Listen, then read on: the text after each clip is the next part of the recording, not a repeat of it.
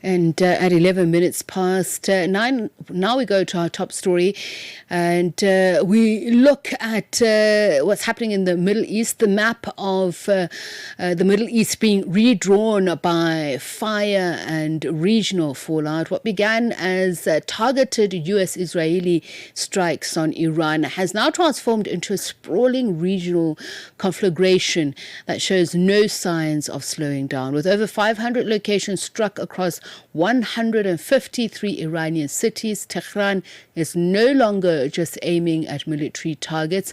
The global consequences are hitting home faster than many anticipated.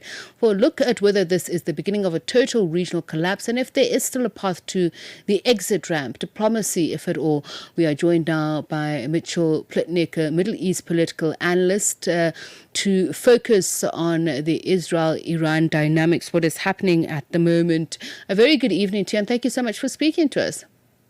Sure thing. Thank you for having me. Let's just start with the geographical expansion of the tensions and the military escalation. What does it really mean that the war has expanded beyond Iran and Israel and now hitting Lebanon, the Gulf states, and civilian infrastructure? Well, I mean, anyone looking at this before it started should have considered this inevitable. Iran's strategy is not a secret. They warned the United States and Israel what would happen if they came under attack. Iran considers this, and I think rightfully so, an existential war. I think they see this as a war for their very survival, at least the survival of the government. And so, they're responding in the ways that they can. They said beforehand that they would go after America's allies in the region, and I think that is, that's what they've done. On the flip side, I think we always knew that Hezbollah and other forces in the region that are partnered with Iran would support the Iranian government, and Hezbollah has already started that. The Houthis or Ansar Allah in Yemen are very likely to follow suit, and we've yet to hear from the various militias in places like chiefly Iraq, but also Syria and other places around the region that are loyal to Iran, or at least, if not loyal, certainly partnered with Iran. Given that their spiritual leader, Ali Khamenei, who was the supreme leader of Iran, has now been assassinated, I would imagine that they are ready to also join in the fray. So this is going to get worse before it gets better, and it does not seem like either the United States or Israel is seeking an off-ramp. We'll look at Lebanon and the fact that it's ordered Hezbollah to hand over weapons while the Israeli strikes there intensify. But I just want to continue looking at, with Iran striking U.S. embassies and also energy targets across the Gulf, is this the first time that we've seen such a deliberate regional escalation? Yeah, I think it's fair to say that, and I think that it is a very unfortunate development. Iran had been moving closer. It had been mending fences with a lot of the countries in the Gulf, and I think there was a real horizon, certainly a long-term horizon, but a real horizon that might have seen a lot more cooperation between the Gulf Cooperation Council, the GCC, and Iran in the long run. And that's obviously been set very far back now. So I think that is going to change things. I think there's also going to be a profound change in the strategic thinking of the Gulf countries, not just in identifying Iran as maybe as much of a threat as they used to think of it as, but also questioning whether the United States is really the strategy of counting on U.S. protection is really a viable one. The bases in those countries are what make those countries a target for Iran. It's why Iran went ahead and, one can debate the legitimacy of it, but that's why Iran went ahead and attacked those countries.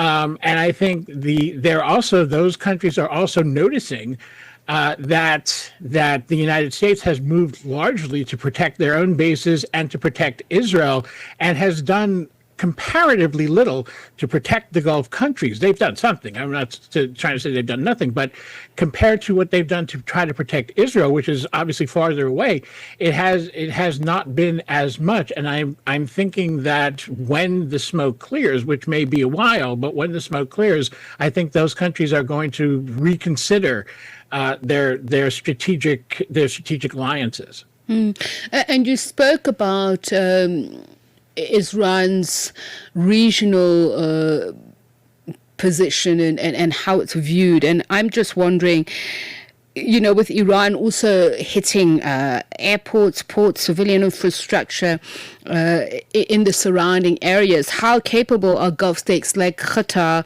the UAE and Bahrain in just warding off some of those drone and missile attacks?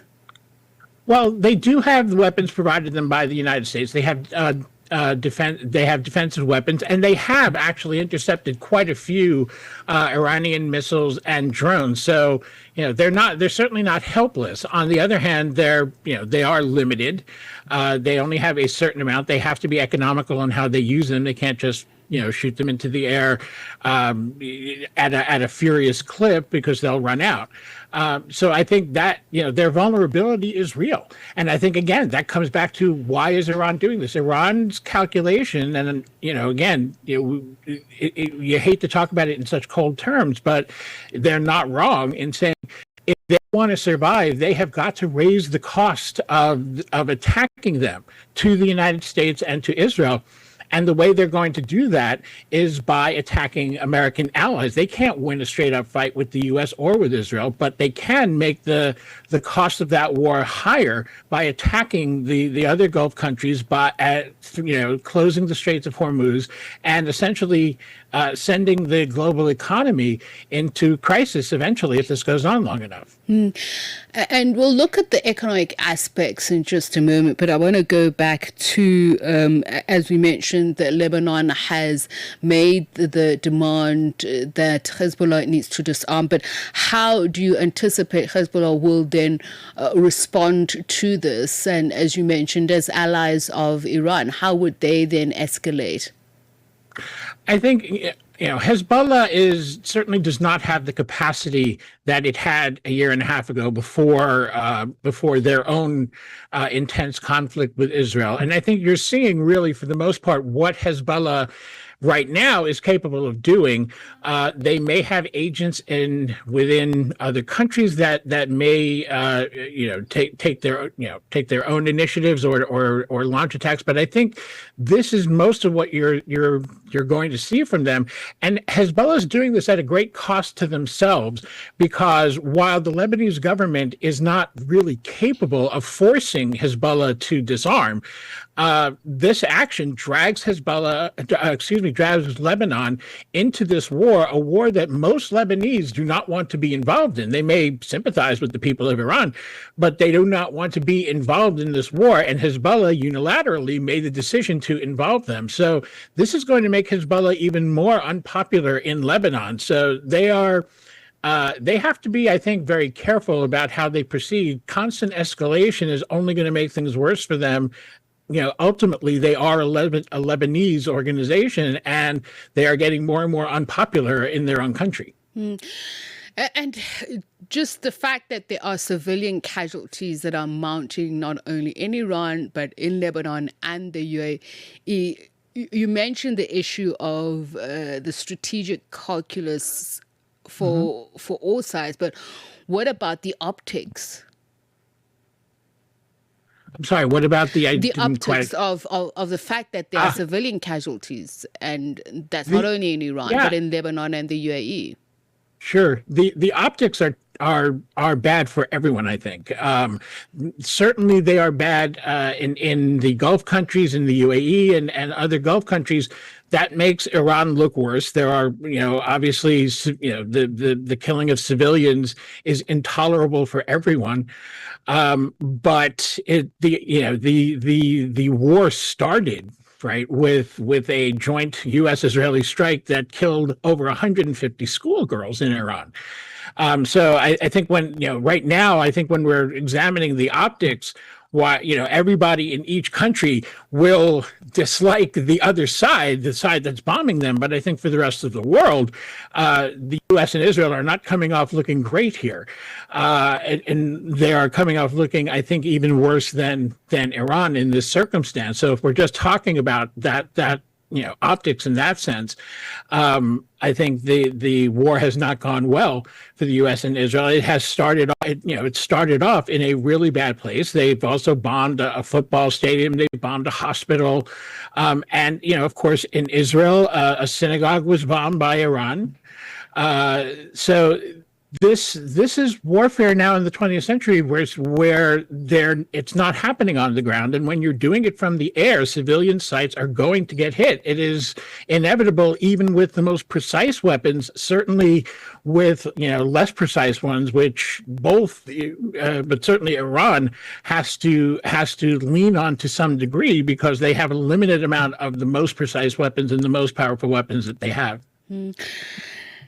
Now, back to the energy markets and the global impact. The Strait of Hormuz is effectively closed. The LNG and oil exports are cut. What does this mean for global energy security? I mean, we see that in Europe, gas prices are already up by 30%. India is facing supply cuts, and China is scaling back refining. Mm-hmm. The real issue, I think, here is how much impact those things are going to have, especially on the United States. The United States is capable of maintaining lower gas prices because of our own strategic reserves, but we've depleted those in the past, just recently in the past few years, for just that reason. So I think there's a limit, I think, to how far we can go. But clearly, this is the Iranian strategy. The idea, and this is, as I mentioned, they have no hope of winning a one-on-one war with either the United States or Israel, much less the two combined. So they have to find a way, as I said, to make this more costly. This is the strategy, and it's a good, it is a sound strategy. Clearly, Europe is going to feel the hit of this. Clearly, the rest of the world in Asia and in Africa, everyone is going to feel the hit of rising energy prices, and it's happening fast. I think one of the things that has been surprising, at least from the perspective of American decision makers, is how quickly Iran has been able to create this problem. I think they thought it would take them a little longer. I think they thought that Iran itself might hesitate to sort of go all out on these, which was a grave miscalculation, because again, Iran approaches this as an existential war, and I don't think the United States, Israel may have anticipated that, but I don't think the United States did. And so we're seeing, I think, a quicker rise in energy prices than the U.S. expected. It's already affecting the things that Donald Trump cares about, like the stock market and the Dow Industrial Average. And so